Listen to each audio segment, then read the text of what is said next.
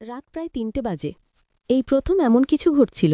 রাতের নিস্তব্ধতায় আমি মাসির সাথে তাদের বাড়িতে একা ছিলাম। বাড়িতে তখন ইলেকট্রিসিটি ছিল না, শীতের মৌসুম ছিল এবং চারদিকে ভয়ানক অন্ধকার ছেয়েছিল। এই অন্ধকারে মাসির সুন্দর মুখ আরও উজ্জ্বল দেখাচ্ছিল, আর মাসি খুব গভীর ঘুমেছিলেন। মাসিকে এভাবে শান্তিতে ঘুমাতে দেখে আমার মনে এক অদ্ভুত অনুভূতি তৈরি হলো। লোকে বলে যখন রাত অন্ধকার হয় তখন মানুষ নিজের মনকে নিয়ন্ত্রণ করতে পারে না, আর আমার সাথেও ঠিক এমনই কিছু ঘটছিল সেই দিন। আমি প্রথমবারের মতো মাসির একাকিত্ব কাটাতে সাহায্য করি। আমার নাম সৌরভ, আমার মাসির নাম প্রীতি। প্রীতি মাসি আমার থেকে মাত্র ৭ বছরের বড় ছিলেন এবং তিনি ছিলেন অত্যন্ত সুন্দরী ও আকর্ষণীয়। মেশো এবং মাসির বিয়ে হয়েছিল মাত্র ৪ মাস আগে। আমার মেশো প্রায়শই বাইরে থাকতেন, আর তখন থেকেই প্রীতিমাসি তাদের বাড়িতে একদম একা থাকতেন। ছোটখাট বিষয়েও তিনি প্রায়শই চিন্তিত হয়ে পড়তেন, আর যখনই মাসি আমাকে কল করতেন আমি সুযোগের সন্ধানে ছুটে যেতাম, কারণ মাসির কথা শোনা আর তার কাজ পর্যবেক্ষণ করা আমার ভালো লাগত। আজই যখন আমি স্কুল থেকে ফিরে দেখলাম প্রীতিমাসি বাড়িতে এসেছেন এবং তার চেহারা বেশ চিন্তিত দেখাচ্ছিল। আমি মাসিকে জিজ্ঞাসা করলাম, কি হয়েছে মাসি? তখন মাসি চিন্তিত হয়ে বললেন, সকাল থেকে বাড়িতে লাইট নেই, কারণ সময় মতো বিল জমা দেওয়া হয়নি, তাই লাইনের সংযোগ কেটে দেওয়া হয়েছে। এ কথা বলতে বলতে মাসির চোখে জল চলে এলো। আমি মাসিকে জিজ্ঞাসা করলাম, আপনি লাইটের বিল জমা কেন করাননি মাসি? মাসি বললেন, সৌরভ, তুমি তো জানো যে তোমার রাহুল মেশো প্রায়শই শহরে থাকেন। আমি এখানে একদম একা থাকি, আর পুরো বাড়ি একা কিভাবে সামলাই।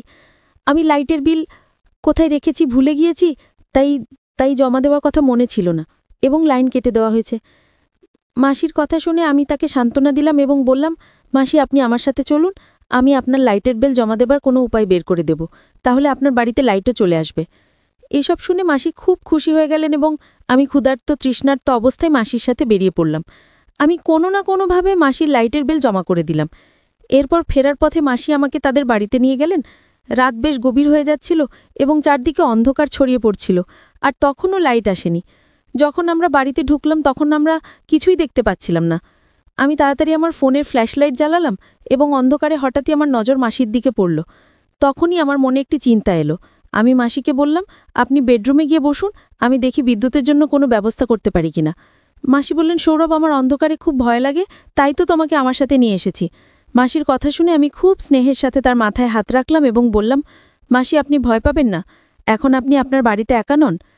আমি মাসির হাত ধরে তাদের বিছানায় বসিয়ে দিলাম এবং তাকে বললাম, আমি কিছুক্ষণের মধ্যে ফিরে আসছি, আপনি খুব আরামে বসুন। আমি যখন রুম থেকে বেরোতে যাচ্ছিলাম তখন মাসি অন্ধকারে ভয়ে আমার হাত একদম শক্ত করে ধরে ফেললেন আর হাউমাউ করে কাঁদতে লাগলেন। আমি মাসিকে সান্ত্বনা দিলাম। কিছুক্ষণের মধ্যে মাসি গভীর ঘুমে চলে গেলেন। মাসি সাধারণত বাড়িতে শাড়ি আর হালকা ব্লাউজ পরে থাকেন আর রাতে নাইটি পরে ঘুমান, কিন্তু আজকে তিনি নাইটি পরেননি। নাইটি পরলে অনেক ভালো হতো। আজ হালকা সবুজ রঙের শাড়ি পরেছেন। শাড়িতে ঘুমন্ত মাসিকে দেখে পরীর মতো লাগছিল। তাকে দেখে আমার অদ্ভুত অনুভূতি হচ্ছিল। আমি যত দ্রুত সম্ভব আমার উদ্দেশ্য সাধন করতে যাচ্ছিলাম। যেমন কথা তেমন কাজ। এই অন্ধকার ঘরে সেদিন রাতে অনেক কাজ করেছি। মাসি গভীর ঘুমে থাকায় কিছুই টের পেলেন না, আমার জন্য বেশ সুবিধাই হয়েছিল। সকালে ঘুম ভাঙতে আমি নিজেকে খুব ক্লান্ত অনুভব করছিলাম। দেখলাম প্রীতিমাসি উঠে গেছেন আর খুব রেগে আমার দিকে তাকিয়ে আছেন। আমি জিজ্ঞেস করলাম, কি হয়েছে মাসি? আপনি আমাকে এভাবে তির্যক দৃষ্টিতে কেন দেখছেন? এক মুহূর্তের জন্য আমার মনে হলো মাসি কি জানতে পেরেছেন যে আমি গতরাতে কি করেছি। মাসি বলেন, অর্ধেক দিন চলে গেছে, আর সৌরভ, তুমি এখনো ঘুমাচ্ছ? তাড়াতাড়ি ওঠো আর বাড়ি চলে যাও, পিসি তোমার জন্য চিন্তিত আছেন।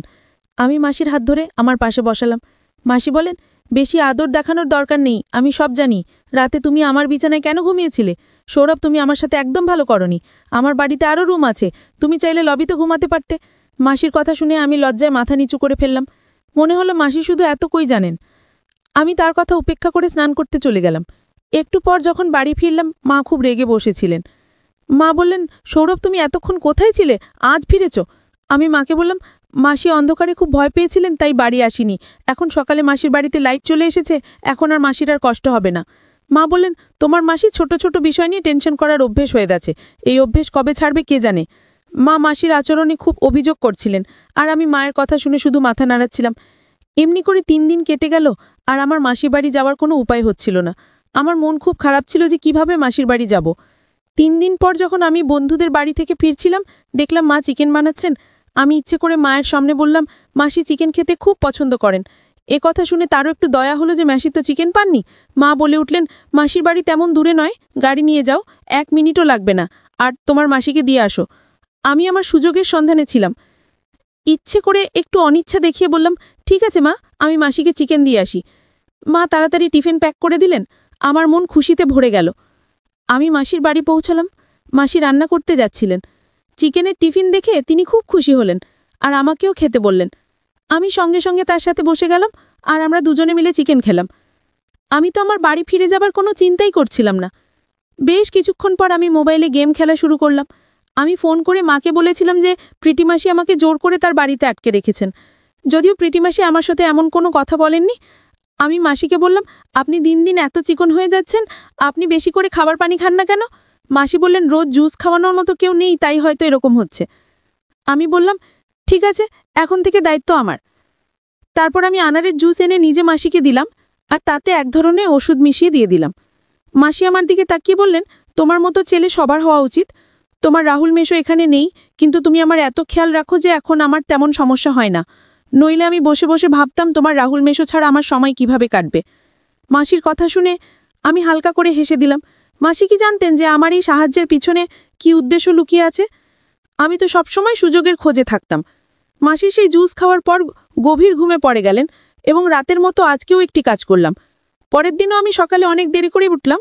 যখন উঠলাম মাসিও আমার সাথে উঠে পড়লেন আর বললেন, তুমি রাতে আমার বাড়িতে কাটিয়েছ, তোমার মা খুব চিন্তিত হবেন। আমি বললাম, না মাসি, আমি মাকে ফোন করে বলেছি, তাদের কোনো টেনশন নেই, মা নিশ্চিন্তে বাড়িতে আছেন। দুপুরের দিকে প্রায় 1টার সময় আমি বাড়ি ফিরে এলাম। মা আমাকে বললেন, তোমার পড়াশোনাতেও একটু মন দাও, নইলে তুমি তোমার মাসির চাকর হয়ে যাবে আর তোমার পুরো জীবন নষ্ট হয়ে যাবে। আমি মাকে বললাম, মা আপনি কি ধরনের কথা বলছেন? সে আপনার ভাইয়ের স্ত্রী, একা বাড়িতে থাকেন। যদি আমরা মাসির কিছু কাজে লাগতে পারি তাতে কি ক্ষতি? এখন আমি ঠিক করেছি যে আমি প্রতিদিন যাতে মাসির বাড়ি যাব, যাতে তার পাশে থাকতে পারি। আশেপাশের প্রতিবেশীরা বলে